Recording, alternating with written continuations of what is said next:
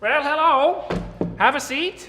Utilize your sharpened pencil and we will sharpen our minds. There is much to learn. If the tolerance to severe stomach acid is 4.13 days and Jonah endured 3.0 days, then the result is an Nineveh hypothesis gone wrong. Look at the acid found in common fruit, apple A, and realize that the fall happened on a Garden of Eve curve into the Nephilim and Noah's naked dance. The result can be surmised to be 7 days around Jericho brings down the walls and up the probability of an intertestamental Maccabean revolt. And so, if the above is true, then this can only mean that God and man coalesce in a Trinitarian solution. Any questions? Good.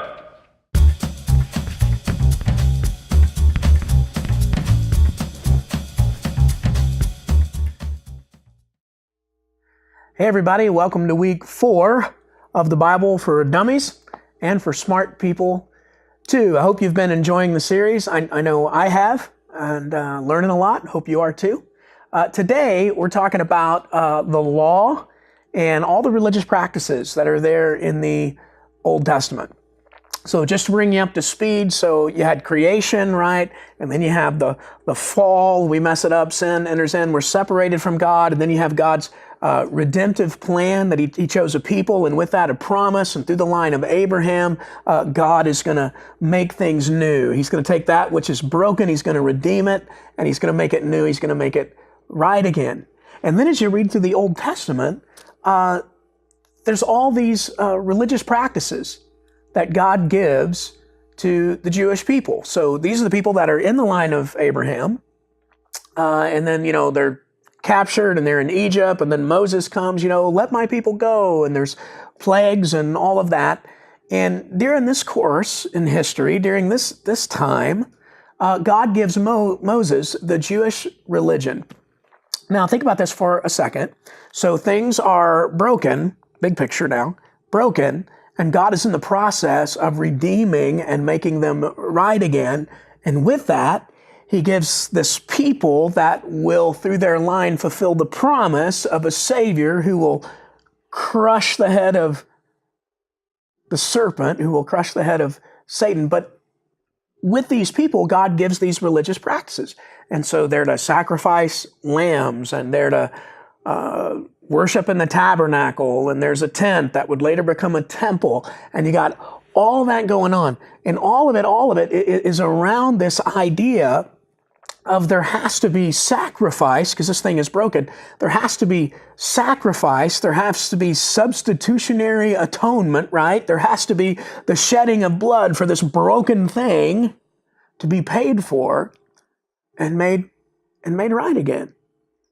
So if you've ever read through the Old Testament, and to be blunt, my guess is most of us haven't, right? Just stay in the New Testament, you read about Jesus. And by the way, if you're a new Christian especially, that's where you want to start. If you're not a Christian, you've never read the Bible before, that's where you want to start. The New Testament, read Matthew, Mark, Luke, or John. Those are the biographies of Jesus, okay?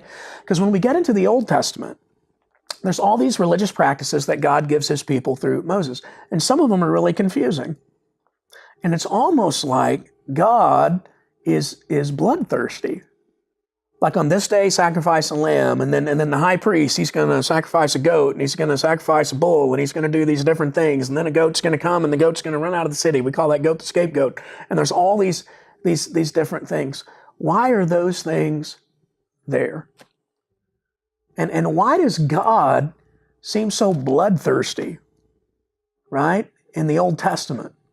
I remember talking to a buddy of mine, and I've thought this too. It's like God's really mean in the Old Testament, right? And then Jesus comes, and God's really nice in the New Testament. So let me just start with this in this conversation, okay? Same God in both the Old and New Testament, but different system between the Old Testament and the New Testament. Another word for testament is the word covenant. Another word for covenant is the word contract. In the Old Testament, so this is before Jesus, humanly speaking, things are broken. How do we make them right? Old contract, old covenant is called law. God says, here's what we got to do to make things right. All you got to do is obey these rules. So we have like the original 10, right? 10 commandments God gave to Moses on Mount Sinai. There's a whole bunch of other laws besides those. But God says, okay, things are broken. We're going to make them right with the law. These are the rules that you have to keep.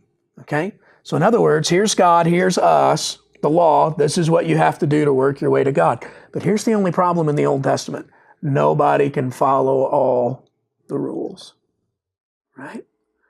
And it's like, God, are you a vampire? You know, are you bloodthirsty? Why do we got to sacrifice all these animals? Well, first big lesson in the Old Testament, sin is serious. Sin is serious. One of the big lies is none of us believe, right, that sin is as serious as it is. But sin is extremely serious because it separates. Sin causes death. And God says in the Old Testament, one of the rules is there has to be death to pay for the death that sin caused. And so you sacrifice a lamb, or you sacrifice the high priest would sacrifice a bull, and on and on and on it goes. And in the Old Testament, there's these rules. There's the Jewish religion. This is what you have to do to work your way to God. But in the New Testament, we'll talk more about this next week, there's a new contract. There's a new covenant. Old covenant, old contract, law, these are the rules. New Testament, new contract, we're invited into relationship in and through the person of Jesus. Everybody lean in. This is next week. We're going to build on it. You ready? Jesus changes everything. In fact, let's just have a moment as a group. Would you just look at somebody next to you right now as a group, and would you just tell them, you ready? Jesus changes everything. 1, 2, 3, go. Yeah, here's why we have the law. Here's why we have that system in the Old Testament, because it reveals to us how much we need Jesus. It reveals to us how much we need a Savior. Listen to this. I'm going to read this, and then we'll talk about it as a group. This is Hebrews chapter 10, beginning in verse 1. The law, Old Testament, the rules. The law is only a shadow of the good things that will come. Talking about Jesus. Not the realities themselves. For this reason, the law can never, by the same sacrifices repeated endlessly, year after year, year after year, year after year, it'll never make us perfect for those who want to be made right with God. Here's what we're going to talk about today in our group. Why do you think God gave us the law? Why do you think God gave us those rules? Because all of the Bible is a revealing of who God is, right? Of why we were created, how we broke it, and how He wants to restore it. Why do you think God gave us the rules? And with that, why do you give your children rules? Talk about it as a group.